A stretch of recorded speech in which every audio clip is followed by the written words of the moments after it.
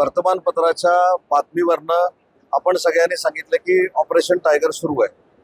Operation tiger सुरू ठेवणं न ठेवणं हा जरी आमचा पक्षाचा वैयक्तिक भाग असला तरी देखील काही चुकीच्या बातम्या आपल्यापर्यंत पोहोचतात. माझी आपल्याला विनंती आहे की त्याची खात्री आपण करून घेतली पाहिजे. जी मिटिंगच झाली नाही त्या मिटिंगच्या संदर्भामध्ये टायगर ऑपरेशन सुरू आहे हे बोलणं चुकीचं आहे. कुठेही टायगर ऑपरेशन सुरू नाही आणि जर सुरू करायचं झालं तर लपून छपून का?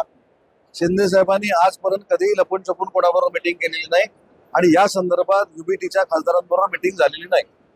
साहेब, 2.5 वर्ष झाली यापूर्वीचे रायगडचे पालकमंत्री आपण राहिलेला आहात.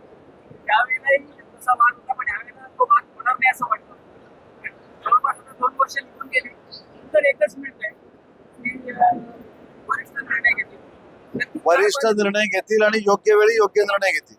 साहेब, महिलांवर राज्यभराचे अन्याय होतात आणि महिलांवरच अन्यायाचे आरोप बाहेर येतात.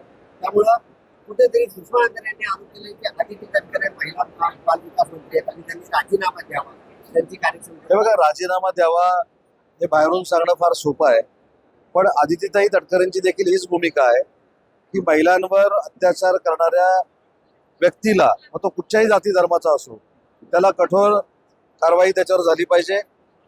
त्या महिला भगिनीला न्याय मिळाला पाहिजे आणि तशी प्रवृत्ती पुन्हा महाराष्ट्रात होणार नाही याची दक्षता पोलिसांनी घेतली पाहिजे. हीच आदितीताई तटकरेंची भूमिका.